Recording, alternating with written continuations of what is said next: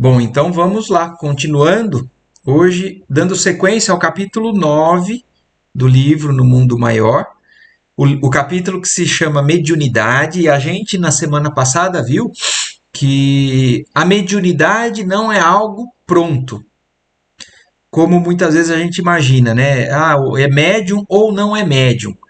E se o médium é médium, se ele é um médium verdadeiro ou se ele é um médium que está enganando. Existe o animismo, que é muitas vezes uma confusão de algo que tem na mente daquela pessoa. Ela é uma influenciação do psiquismo da pessoa na suposta comunicação. Mas o que ficou muito claro na semana passada é isso. Existe influência? Existe. Mas depende de uma série de fatores para o desenvolvimento desse médium, para o desenvolvimento do grupo que trabalha com o médium, para sintonia com o espírito que vai estar com mais frequência ali do lado daquele médium. Então, dando as mensagens, dando as comunicações. Então, a gente não pode julgar e condenar algo sendo fiel ou não por uma única experiência ou por uma comunicação que, como a gente viu e vai dar sequência hoje, é tudo um processo. Existem médiums com aptidões mais já preparadas, né? Ele citou até a diferença entre Jesus e Moisés. Moisés e Jesus foram médiums. Moisés ainda carregando algumas imperfeições, e ele então tinha como se comunicar, receber as influenciações, mas ele também tinha ainda muito daquilo, o que o seu espírito já estava pronto e preparado ou não. E Jesus já era um espírito puro, como a gente sabe, né? Então Jesus é um espírito com uma sintonia, com uma comunhão com Deus e com a espiritualidade mais sublime, muito mais refinada. E também os médiums que trabalham aqui na Terra, hoje em dia, ou os que já passaram, né? Também existem graduações, existem médiums mais aptos, mais refinados nessa sintonia, e outros ainda não, em processo. E é por isso, e é isso eu acho que é o mais importante da gente aprender dessa lição. Existe um processo acontecendo que nós podemos ajudar, contribuir para que aquilo aconteça de maneira favorável e aparando arestas, ou às vezes nós dificultamos, ou já condenamos, né, e eliminamos uma possibilidade. Então, falou disso, né, dessa obra de construção de tempo e de paciência para aprimorar a mediunidade. E isso serve também para aqueles que vão iniciar esse trabalho, tanto no desenvolvimento da mediunidade pessoal própria, quanto naqueles que vão começar a trabalhar e no auxílio de desenvolvimento da mediunidade de alguém. E aí então chegou nesse momento, chegados a essa altura da conversação, o orientador convidou-me ao serviço de assistência à dedicada senhora, médium em processo de formação, olha aqui, que lhe vinha recebendo socorro para prosseguir na tarefa com a fortaleza e a serenidade indispensáveis. Então, o calderário também está acompanhando o trabalho de desenvolvimento de uma médium. E aí, propiciando-me o feliz ensejo, meu gentil interlocutor concluiu: o caso é oportuno. Observarás comigo os obstáculos criados pela tese animista. Então, como o André Luiz perguntou sobre isso, o Calderaro falou: eu conheço, nós estamos com um caso que você vai poder ver mais na prática, um caso que está nesse desenvolvimento, e há essa questão da tese animista, o como isso pode criar obstáculos. Porque a partir do momento que eu sei que existe a possibilidade de ser uma interferência da psique daquele médium, nós ainda, seres imperfeitos, costumamos já colocar isso antes de tudo. E então eu crio obstáculos, eu começo a duvidar, eu começo a questionar, eu começo a observar uma comunicação mediúnica e falar: ah, mas isso daqui eu acho que não é espírito, não. Eu acho que isso é do médium. E pode acontecer, mas que a gente possa cada vez mais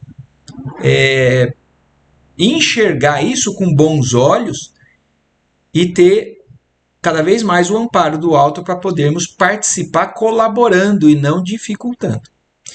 E aí então ele levou o André Luiz, o Calderaro levou o André Luiz para ver este caso.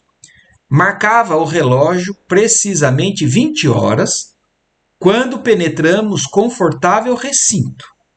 Várias entidades de nosso plano ali se moviam, ao lado de 11 companheiros reunidos em sessão íntima, consagrada ao serviço da oração e do desenvolvimento psíquico. Logo à entrada, recebeu-nos atencioso colega, a quem fui apresentado com sincera satisfação. Recebi dele, de início, informações condensadas, que anotei contente. Fora igualmente médico. Deixara a experiência física antes de concretizar velhos planos de assistência fraternal aos seus inumeráveis doentes pobres.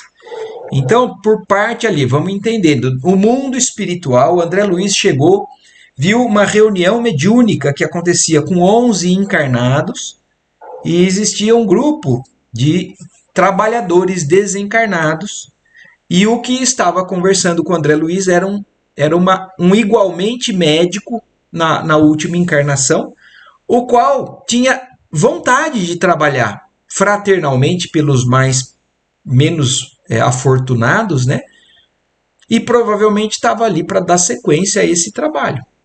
Guardava o júbilo de uma consciência tranquila. Zelara o bem geral quanto lhe fora possível. Contudo, entrevendo a probabilidade de algo fazer além túmulo, receber a permissão para cooperar naquele reduzido grupo de amigos, com o objetivo de efetuar certo plano de socorro aos enfermos desamparados. Então é um espírito que viveu dignamente, né? Tinha consciência tranquila, foi médico, não fez tudo o que ele gostaria, talvez como foi dito ali, mas ele encontrou possibilidade de continuar o trabalho de assistência agora por parte do mundo espiritual. E recebeu autorização, permissão para trabalhar naquele grupo. O intercâmbio com os desencarnados não poderia transformar os homens em anjos de um dia para outro. Então agora, também voltando a algo que a gente já aprendeu e já sabe. Por mais que nós tenhamos, às vezes, boa vontade de aprender o bem, de servir a Jesus e tudo mais, não é do dia para a noite que nós nos transformamos em seres sublimes. Mas poderia ajudá-los a ser criaturas melhores. Então, ele encontrou possibilidade de trabalhar para poder ajudar a conduzir outros irmãos desencarnados ou encarnados a uma condição de mais esclarecimento, a uma condição de mais alinhamento com as leis divinas. Impossível seria instalar o paraíso na crosta do mundo em algumas semanas. Entretanto, era lícito cooperar no aprimoramento da sociedade terrestre, incentivando-se a prática do bem e a devoção à fraternidade. Então é interessante isso que o André Luiz está descrevendo para a gente, porque é algo que também a gente tem que pensar. Então, se eu começo a frequentar um centro espírita ou a participar de um trabalho mediúnico, eu tenho que ter claro isso, que as coisas não estão completas, não estão completamente transformadas. Então, não é porque começou esse tipo de trabalho que todo mundo agora está puro ali naquele meio. E é o que o Espírito está falando. Eu sei que não é do dia para a noite que se converte um grupo, ou até mesmo a humanidade encarnada ou desencarnada, mas estes trabalhos são feitos por parte dos mentores espirituais daquele grupo mediúnico ou da casa para incentivar a prática do bem e a devoção à fraternidade. E essa prática, essa disciplina nesse esforço é o que vai nos transformando. Para esse fim, ali permanecia interessado em contribuir na proteção aos doentes menos aquinhoados. Então era essa a intenção desse espírito, que estava desencarnado e se ajuntou a uma casa espírita, porque ele queria poder oferecer o seu conhecimento, o seu tempo, para poder ajudar aqueles que não tinham tantas condições. Acompanhando-lhe os argumentos com admiração, mantive-me silencioso, mas Calderaro indagou Cortês após inteirar-se das ocorrências. E como vai no desenvolvimento de seus elevados propósitos? Então aí o Calderaro pergunta para ele, você tem uma boa intenção e como é que está indo? O desenvolvimento dessa sua boa intenção, né? Dessa sua disposição de fazer tudo isso que é bom. E aí o espírito responde, dificilmente, informou o interpelado. Os recursos de comunicação ao meu alcance ainda não são de molde a inspirar confiança à maioria dos companheiros encarnados. Então, olhem que interessante isso. Eu acho importante a gente frisar muito bem o que está acontecendo aqui. O espírito é muito bem intencionado, está com excelentes propósitos, tem permissão, está num grupo ali, mas o médium, ainda que está em desenvolvimento, não se encontra ao alcance daquilo que aquele espírito quer passar. Aquele médium em desenvolvimento ainda não inspira confiança para os encarnados.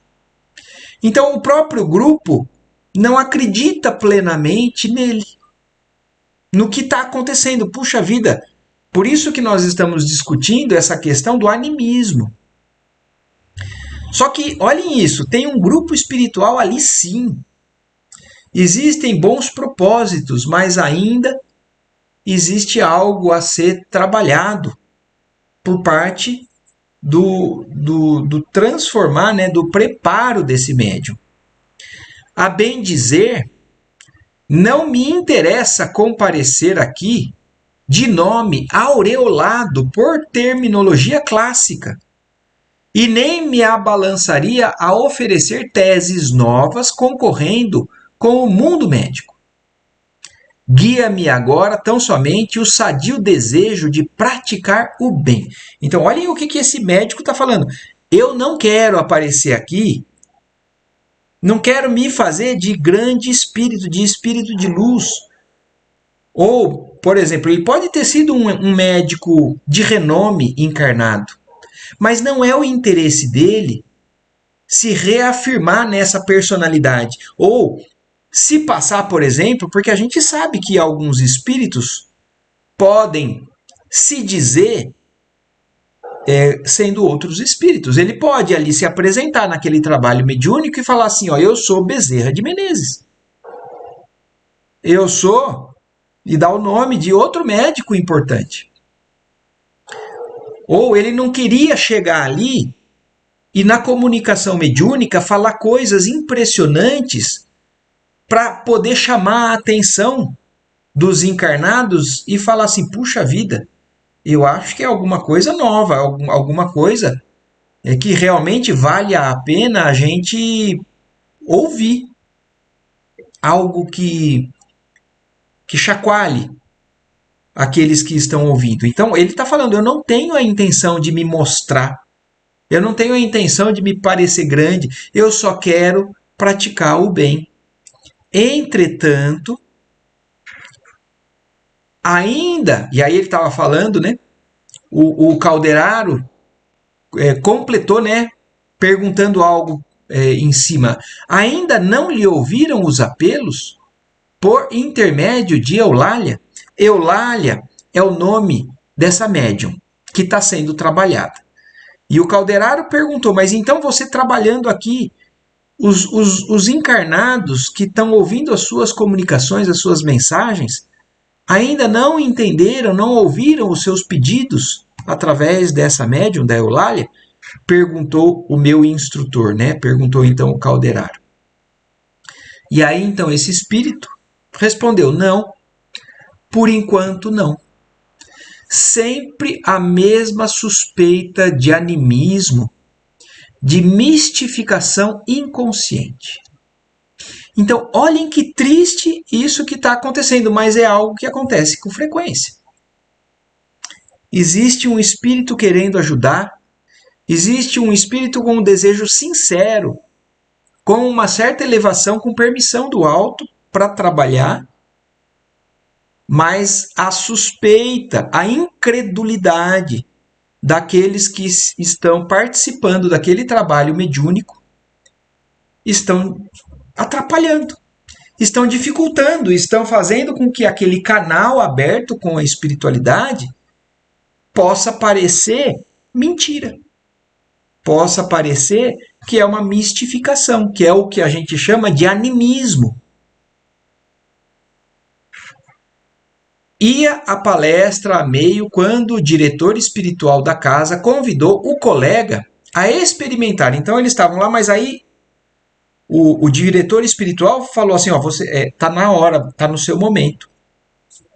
Chegara o minuto aprazado. Poderia acercar-se da médium. Então chegou o momento de ele mais uma vez tentar a comunicação. Então isso é importante a gente pensar, né? Se nós participarmos de um trabalho mediúnico, ou se nós participamos, ou se nós um dia pudermos participar, que nós não bloqueemos, né, uma possibilidade, uma permissão do alto, criando por nossa parte, né, uma incredulidade a ponto de, então, bloquear. E isso acontece com frequência. Por que vocês acham que não é permitido que qualquer um participe de um trabalho mediúnico? Não basta eu ter vontade, não basta eu ser um curioso. Se eu, porque eu tenho dúvidas, eu quero participar, aí eu entro num trabalho mediúnico cheio de dúvidas ou cheio de interrogações ali, ou de incredulidade, é mais fácil eu atrapalhar o trabalho que está acontecendo do que... Então, e eu posso às vezes ouvir uma mensagem, ler uma mensagem psicografada ou uma gravação de uma psicofonia, e se eu não tiver preparo para isso, eu às vezes vou prejudicar o trabalho da casa, o trabalho do médium, porque eu vou duvidar. Eu vou falar, não, não é verdade, não é meu pai, não é minha mãe, não é minha avó, não é a pessoa. Porque a pessoa não conhece tudo isso que nós estamos vendo de dificuldade e pode simplesmente prejudicar o trabalho. Mas ali vamos ver então o que vai acontecer. Então o espírito foi convidado a chegar na médium, a Eulália, e dar mais uma vez uma comunicação. Aproximamo-nos do grupo de amigos imersos em profunda concentração. E enquanto o novo conhecido se abeirava de uma senhora de porte distinto, certamente ensaiando a transmissão da mensagem que desejava passar à esfera carnal, Calderaro observou-me. Repara o conjunto. Já fiz meus apontamentos. Com exceção de 3 pessoas, os demais, em número de 8, guardam atitude favorável. Então, olha o Calderaro falando para o André Luiz prestar atenção. Era um grupo de 11 ali na casa, né, na mesa ou no local. E o Calderaro está falando. 8 pessoas estão em condições favoráveis para comunicação, mas 3 não tanto assim. Todos esses se encontram na posição de médiums pela passividade que demonstram. Então, condições favoráveis de quê? De receber a comunicação. São 8 pessoas com algum grau de faculdade mediúnica já desenvolvida para poder receber. Analisa a irmã Eulália e reconhecerás que o estado receptivo mais adiantado lhe pertence. Então, desses 8, quem tem mais potencial para receber é a Eulália mesmo. Dos 8 cooperadores prováveis, é a que mais se aproxima do tipo necessário. No entanto, o nosso amigo médico não encontra em sua organização psicofísica elementos afins perfeitos. Então, ela é a que mais está pronta, mas ainda não é o ideal. O espírito do médico não encontra elementos afins perfeitos para a comunicação. Nossa colaboradora não se liga a ele através de todos os seus centros perispirituais. Então, olhem isso, outra informação importante. Para um médium da comunicação, ele tem que ter uma sintonia com o espírito comunicante em vários centros perispirituais, vários pontos de ligação. Nesse caso, essa médium não tinha essa sintonia em todos os centros. Não é capaz de elevar-se à mesma frequência de vibração em que se acha o comunicante.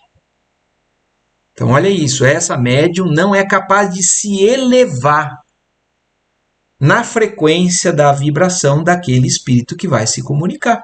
Então, se ela não tem essa sintonia completa, perfeita, já faz com que a gente entenda que a comunicação não vai ser o mais desejável, possível. Não possui suficiente espaço interior para comungar-lhe as ideias e conhecimentos. Então, ela não tem espaço criado interiormente para poder compartilhar de tudo o que o espírito tem para falar. Não lhe absorve o entusiasmo total pela ciência, por ainda não trazer de outras existências, nem haver construído na experiência atual as necessárias teclas evolucionárias, que só o trabalho sentido e vivido lhe pode conferir.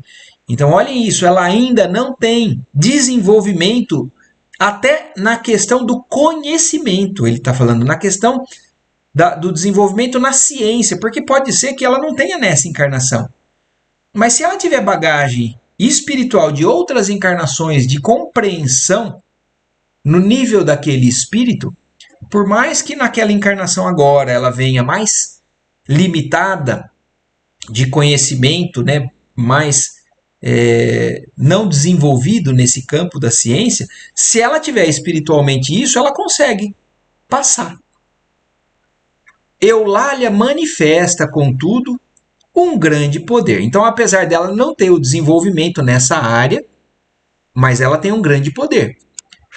O da boa vontade criadora. Então, o médium, às vezes, não tem elevação em sabedoria, mas ele tem boa vontade, sem o qual é impossível o início da ascensão às zonas mais altas da vida. É a porta mais importante, pela qual se entenderá com o médico desencarnado. Então, ela tem algo que pode fazer com que aconteça essa comunicação. Este a seu turno para realizar o nobre desejo que o anima, vê-se compelido, em face das circunstâncias, a pôr de lado a nomenclatura oficial, a técnica científica, o patrimônio de palavras que lhe é peculiar, as definições novas, a ficha de renome que lhe coroa a memória nos círculos dos conhecidos e dos clientes. Então, isso daqui que a gente acabou de ler é muito importante para a gente entender uma coisa. O espírito, às vezes, tem um conhecimento muito vasto, uma sabedoria. Olha como ele fala. Ele tem nomenclatura oficial como médico, mas por conta das circunstâncias ele não vai poder falar como ele sabe. Porque aquela médium não tem desenvolvimento para isso. Ela tem alguma limitação.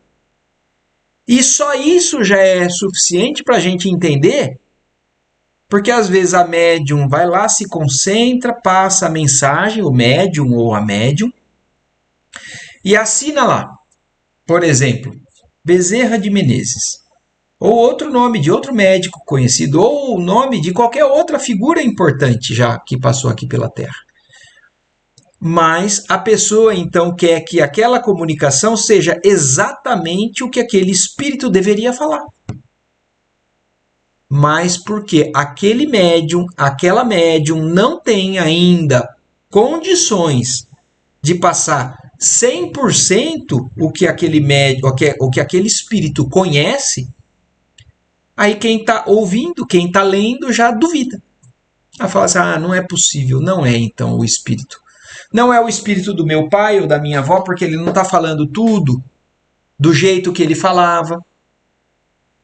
E agora a gente já está vendo, explicando o porquê que nem sempre é exatamente. Porque depende dessa sintonia. Porque depende do aparelho daquele médium. Não quer dizer que não é o espírito. Mas é como se o rádio, né? O rádio, ele é um aparelho que funciona como intermediário de uma comunicação que vem por meio de ondas, né, que estão invisíveis aos nossos ouvidos. O rádio, ele tem a capacidade de pegar aquelas ondas e passar em voz, em música. Mas se aquele rádio, se aquele aparelho, se aquele médium ainda não é dos mais refinados, ele pode passar com chiado, ele pode passar com interferência.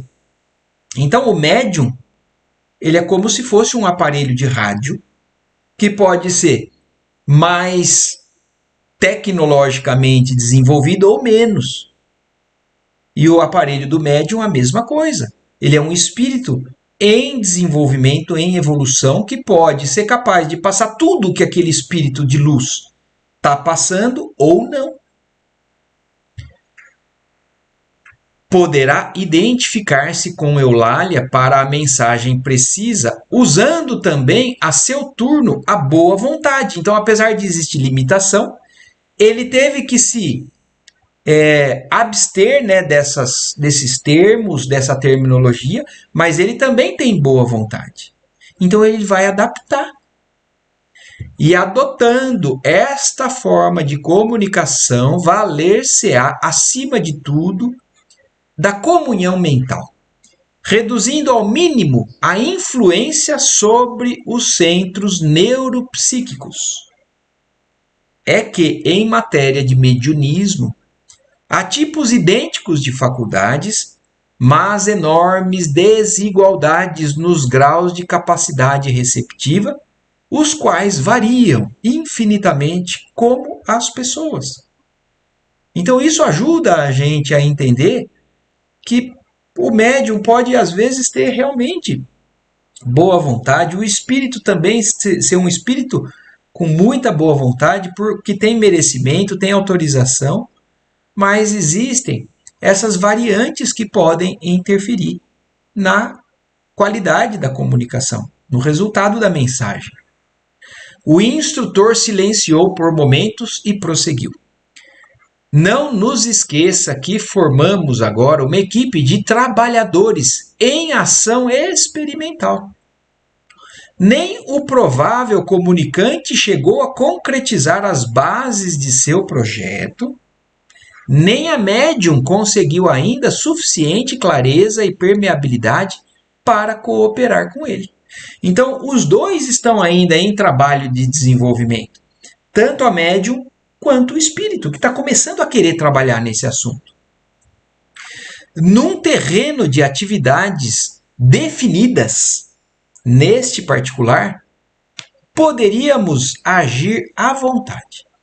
Então, num local onde já tivesse concluído, né, esse trabalho, esse desenvolvimento, aí os espíritos podem fazer o que quiserem, trabalhar à vontade. Mas no caso ali, não. Então, poderíamos agir à vontade. Aqui, não. Nosso procedimento deve ser de neutralidade mental, não de interferência.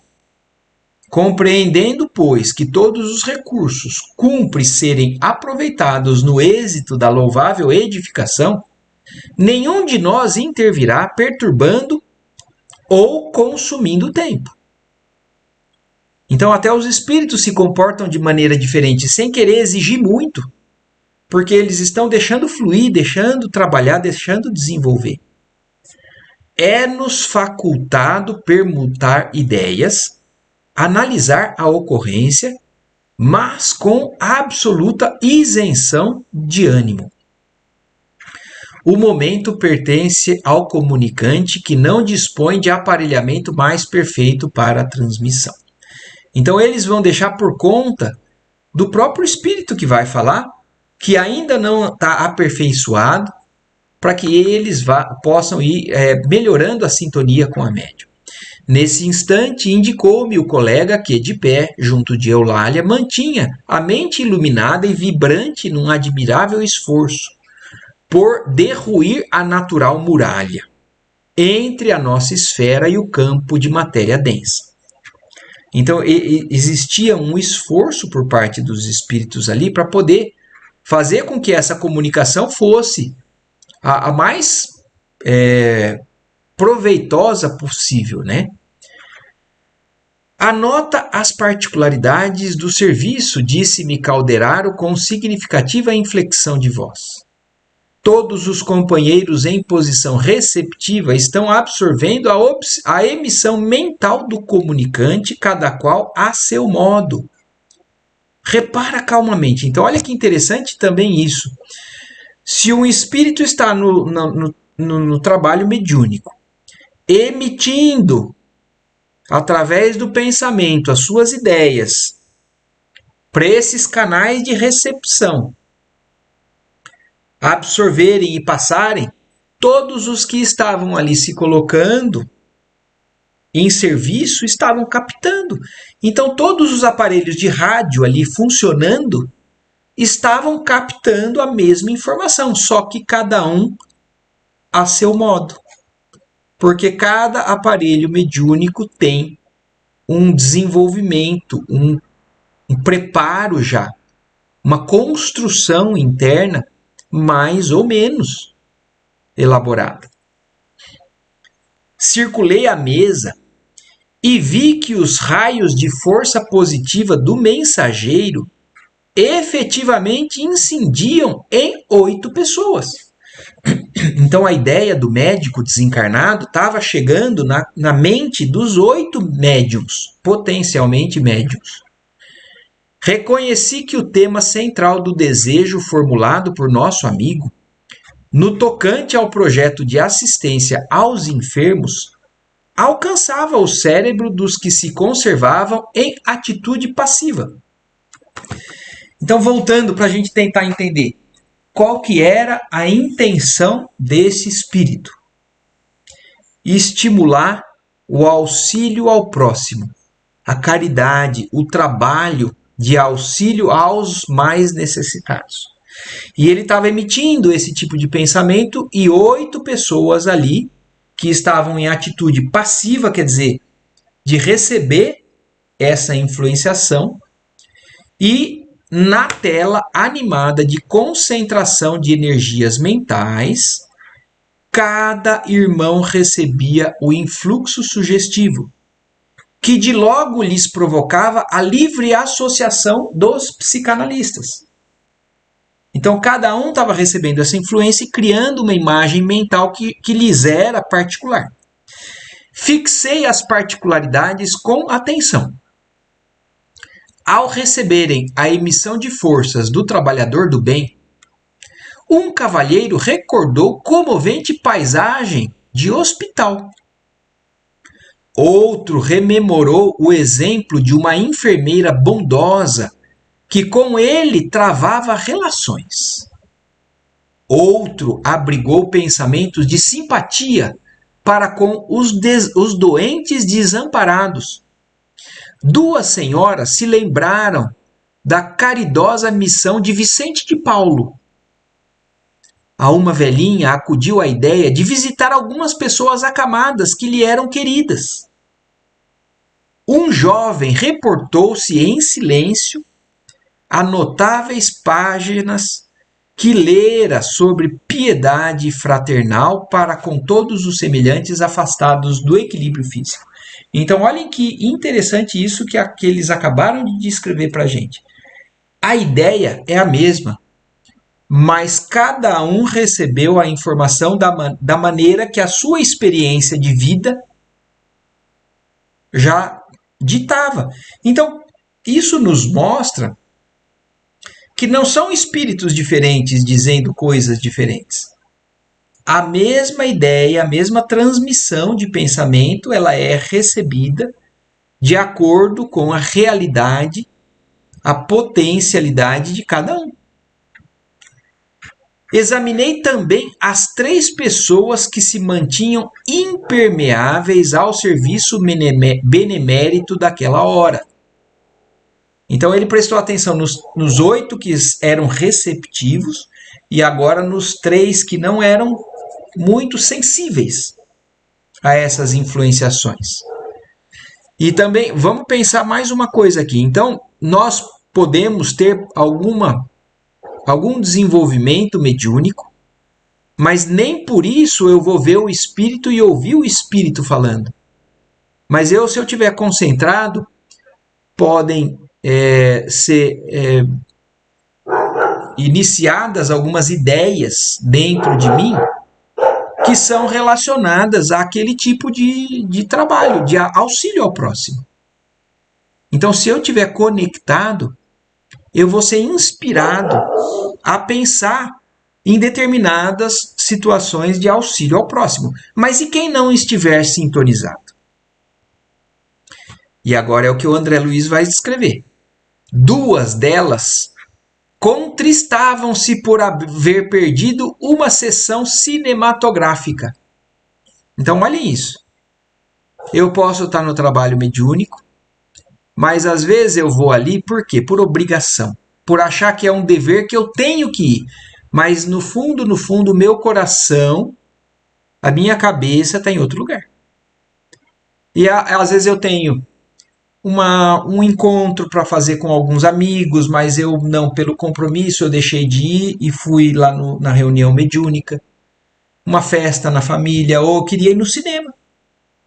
Eu queria ir no cinema hoje, não, mas eu tenho que ir no trabalho mediúnico.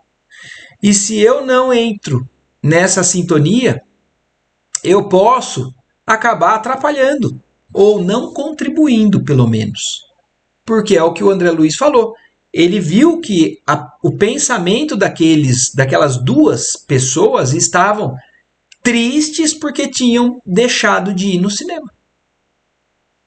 E a outra, porque eram 3, né? E a outra, uma senhora na idade provecta, retinha a mente na lembrança das ocupações domésticas. Então, olhem isso, eu estou lá no trabalho mediúnico, mas a minha cabeça está lá preocupada. Puxa vida, não tirei a roupa do varal. Será que eu desliguei o forno? Puxa vida, eu tinha que fazer comida para o dia de amanhã, eu tinha que... E eu não aproveito o momento.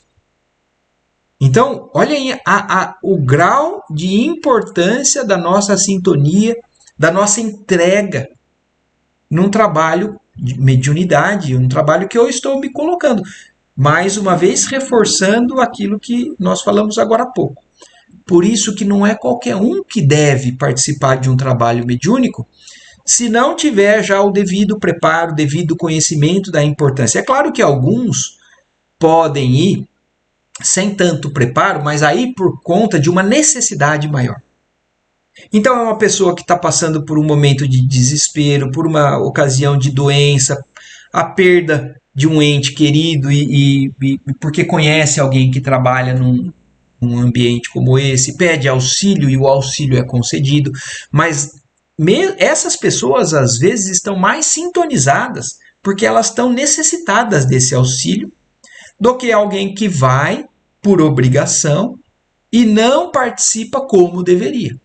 Não consegue manter a mente sintonizada como poderia e como deveria.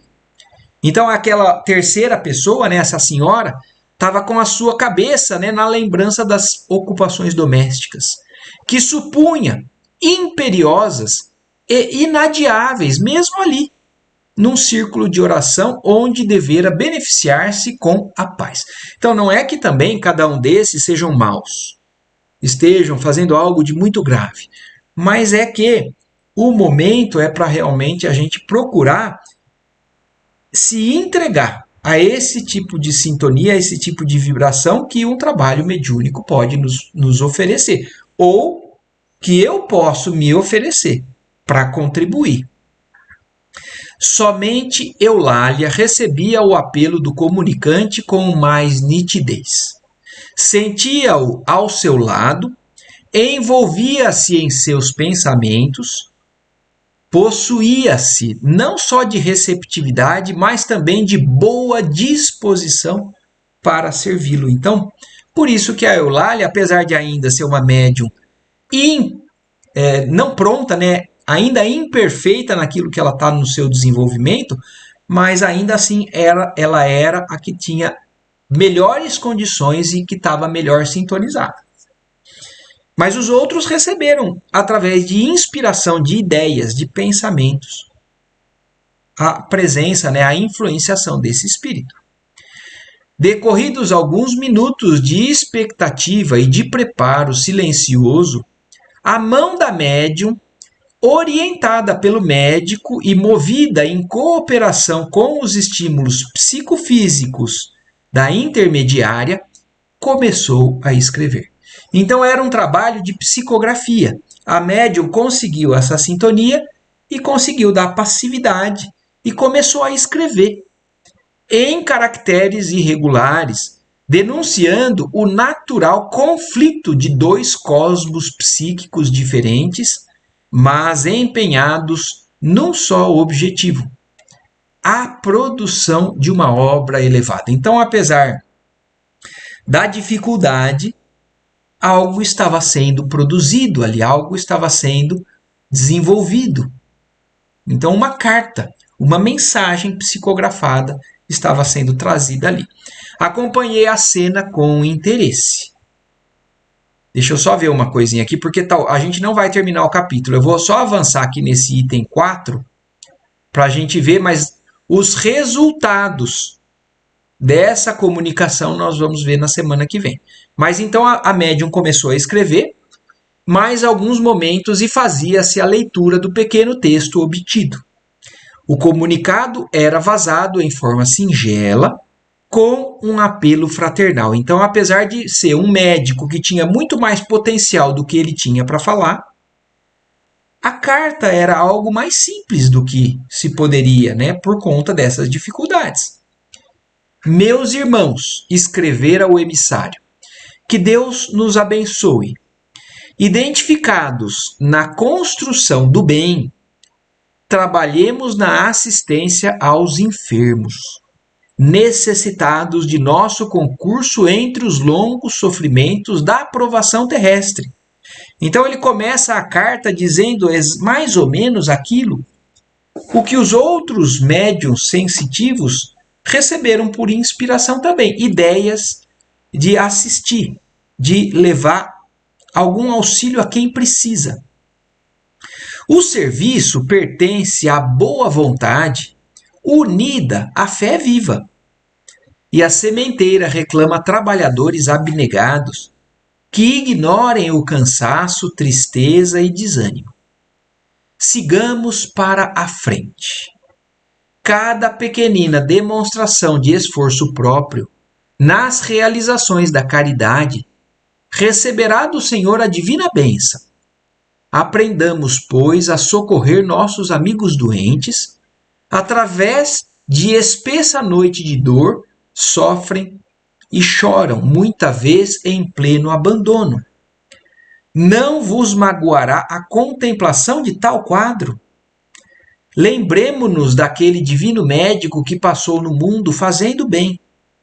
Dele receberemos a força necessária para progredir. Estará conosco na grande jornada de comiseração pelos que padecem. Fiamos em nós, em vossa dedicação à causa da bondade evangélica. A estrada será talvez difícil e fragosa, entretanto o Senhor permanecerá conosco. Prossigamos intimorados e que Ele nos abençoe agora e sempre. Então ele termina a mensagem aqui. Se nós prestarmos a atenção, é uma mensagem que parece até genérica. É algo que talvez seja óbvio, porque isso a gente já sabe que é o que Jesus falou para nós, é o que o Espiritismo prega, ajudar os outros, fazer a caridade, colocar a fé e a boa vontade a serviço do próximo e Jesus nos amparará. Então, é uma mensagem que não tem nenhuma particularidade, não tem nada mais muito diferente, não tem nada muito particular, talvez, daquele médico. Porque vocês vão ver, ele vai assinar, ele vai colocar o nome dele ali. E talvez aquelas pessoas o reconheçam como médico de renome, um médico de respeito. Mas a mensagem em si, apesar de ser o básico que todos nós precisamos e ainda às vezes não aprendemos, nós queremos muito mais, mas o básico ainda nós não fazemos. Mas o que nós vamos ver agora, porque o Calderaro está nos mostrando um exemplo dos obstáculos que a tese do animismo coloca. E então nós vamos ver na semana que vem as consequências dessa comunicação, dessa tentativa, desse esforço, desse espírito bem intencionado de deixar uma carta dessa, uma mensagem dessa, que tem um valor muito grande, mas pela incredulidade, por esse espírito, né, de dúvida, de questionar tudo, de nós, os encarnados, de querer algo muito espetaculoso, né? Às vezes nós bloqueamos. Então, por hoje nós vamos terminar por aqui. Não vai dar tempo da gente continuar e acabar o capítulo. Ainda tem um pouco mais e eu quero que na semana que vem a gente leia as consequências, né? Como os encarnados receberam aquela mensagem, para que a gente depois conclua esse capítulo de maneira mais adequada, certo? Mas eu acho que já tem muita coisa realmente importante para a gente observar, né? Aprender. E eu não sei se vocês têm alguma observação a mais que queiram fazer ou alguma dúvida que ficou. Pode falar, mãe, você quer falar? Ela tá quietinha hoje. Então tá bom. Mas é isso, mais alguém? Adriana, Gandolf, Lela. Então, então é isso. Então na semana que vem a gente vai concluir. Vai ver como que então eles receberam essa mensagem para a gente encerrar esse capítulo sobre mediunidade. Mas esse capítulo sobre mediunidade, eu acho que nos esclarece muito, nos ajuda até para que no futuro, se a gente tiver em situações, né, de desenvolvimento de tudo isso, a gente volte e se lembre que nesse livro, No Mundo Maior, tem esse capítulo que fala muito sobre essa questão, para que a gente volte e reestude ele se for necessário, certo? É, é muito mesmo, pai. É isso aí. Bom, maravilha então. Vamos agradecer a Deus mais uma vez a oportunidade que nós temos aqui, né, de fazer juntos, né, essa leitura e essa busca. Então, uma ótima noite para todos, uma ótima semana. Semana que vem para todos. Tchau, tchau.